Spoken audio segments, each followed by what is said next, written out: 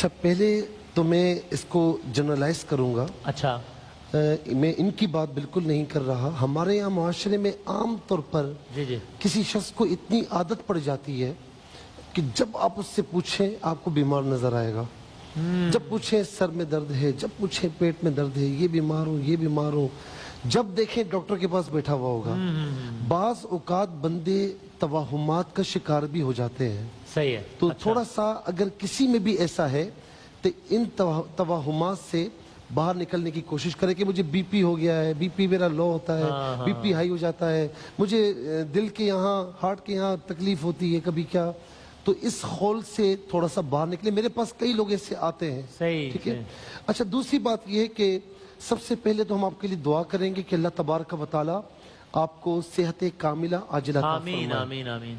اور یہ بات بھی سن لیں کہ حضور نبی کریم صلی اللہ تعالی علیہ وسلم نے فرمایا کہ جب کوئی بندہ یا کوئی بندی بیمار ہوتے ہیں نا تو اللہ تعالیٰ فرشتے کو بھیجتا ہے. اچھا کہ جاؤ ذرا دیکھ کر تو آؤ یہ کیا کہہ رہا ہے. اچھا نبی علیہ السلام کا فرمان ہے کہ اس کی جان یا اس کے مال یا اس کی اولاد پر کوئی مصیبت نازل ہوتی ہے نا, وہ آتے ہیں دیکھتے ہیں.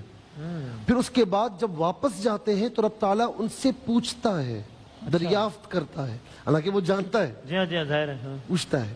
یہ بات ہم تک پہنچے اس لیے صحیح صحیح کہ میرا بندہ کیا کہہ رہا تھا. صحیح. اگر وہ آہو فغاں کرتا ہے, میرا یہ ہو گیا, شکوہ شکایتیں کرتا ہے, تو بات وہیں ختم ہو جاتی ہے کہ چھوڑ دو. اچھا اچھا.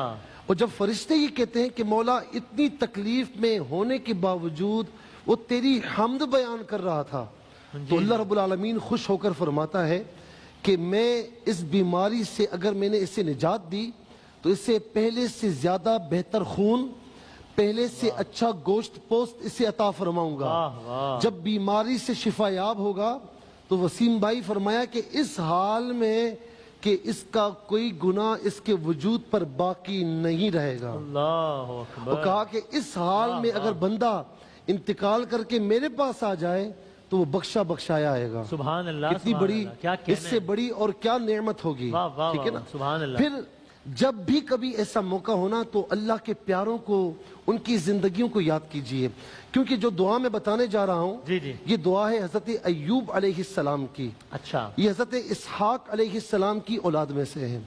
اللہ رب العالمین نے حسن صورت بھی دی, مال کی کثرت, اولاد کی کثرت, ساری چیزیں دی.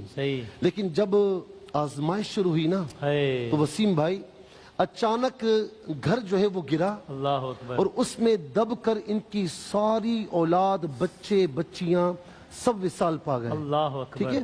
اچھا پھر اس کے بعد پے در پہ آپ کے ہزارہا اونٹ تھے, ہزارہا بکریاں تھیں, بکرے تھے, وہ سب کے سب ہلاک ہوتے چلے گئے.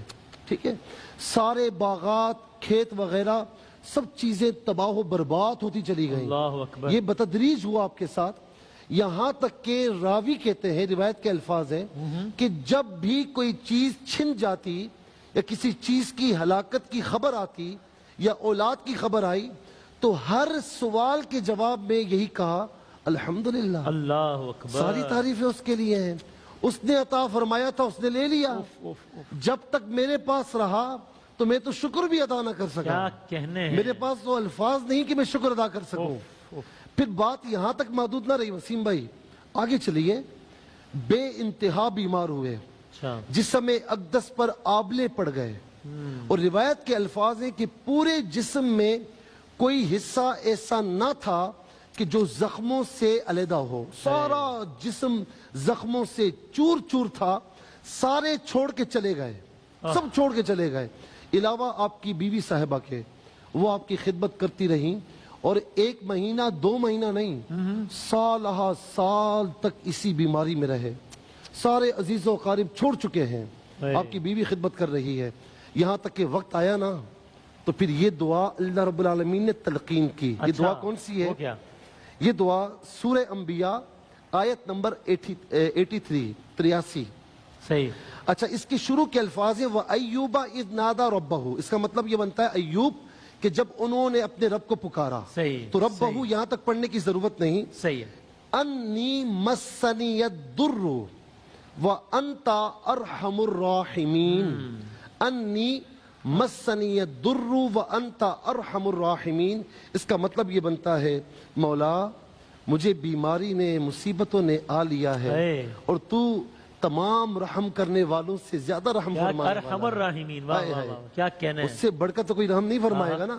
ماں سے 70 گنا زیادہ اپنے بچوں سے سبحان محبت اللہ، فرماتا واہ، ہے، تو نبی سے کتنی محبت فرماتا واہ ہوگا۔ واہ واہ۔ پھر حکم ہوا کہ آپ اٹھیں اور اپنا پاؤں زمین پر ماریں، تو چشمہ برآمد ہوا، فرمایا کہ اس پانی سے غسل کیجئے، غسل کیا، ظاہری بات جو ہے نا بیماریاں دور ہو گئیں۔ پھر الحمدللہ، فرمایا 40 قدم چلے، پھر پاؤں زمین پر مارا، تو پھر اس کے بعد ٹھنڈا پانی برآمد ہوا اور اس سے آپ کی ساری باطنی بیماریاں دور ہو گئیں۔ سبحان اللہ اللہ، تعالیٰ اگلی آیت میں 84 نمبر آیت میں فرماتا ہے فَكَشَفْنَا مَا بِهِ مِن دُرٍّ وَآتَيْنَاهُ أَهْلَهُ وَمِثْلَهُمْ مَعَهُمْ رَحْمَةً مِّنْ عِنْدِنَا۔ اس کے صبر کی وجہ سے، اس کی دعاؤں کی وجہ سے اللہ رب العالمین نے پھر سے آپ کو وہی اولاد عطا کیا فرمائی، کہنے ہیں، واہ وہی واہ، باغات، وہی مال عطا فرمایا، واہ واہ واہ۔ یہاں تک کہ روایت میں ہے کہ آپ کی بیوی کو دوبارہ جوان کیا گیا اور پھر آپ کی اولادیں ہوئیں، تو رب تعالیٰ نے تک کرم فرمایا۔ تو یہ دعا نماز کی پابندی کے ساتھ صبح و شام فجر کے بعد ہو سکے تو اس دعا کو 33 مرتبہ پڑھیں اور شام میں بھی 33 مرتبہ پڑھ لیں، اول آخر 3 بار درود شریف۔ اللہ تعالیٰ آپ کو اس بیماری سے نکالے گا، الہ آمین، علاج کروائیں، انشاءاللہ بن قریب صحتیاب ہو جائیں گی۔ انشاءاللہ۔ اور ایک دوسرا یا مجیبو کہتے ہیں قبول کرنے والا، جواب دینے والا۔ دعاؤں کا جواب دینے والا کون ہوگا؟ بے شک، قبول کرنے والا کون غیر ہوگا؟ خداوند۔ تو جب بھی موقع ملے یا مجیبو کم از کم 11 مرتبہ پڑھ لیں، اچھا، اول آخر ایک بار درود شریف کے ساتھ۔ صحیح ہے۔ انشاءاللہ جلد از جلد اللہ تعالیٰ آپ کو اس سے نجات عطا فرمائے گا۔ انشاءاللہ۔ اور یہ صرف ان کے لیے نہیں، جو بھی دیکھنے والے ہیں ان کے لیے یہ ہے کہ یہ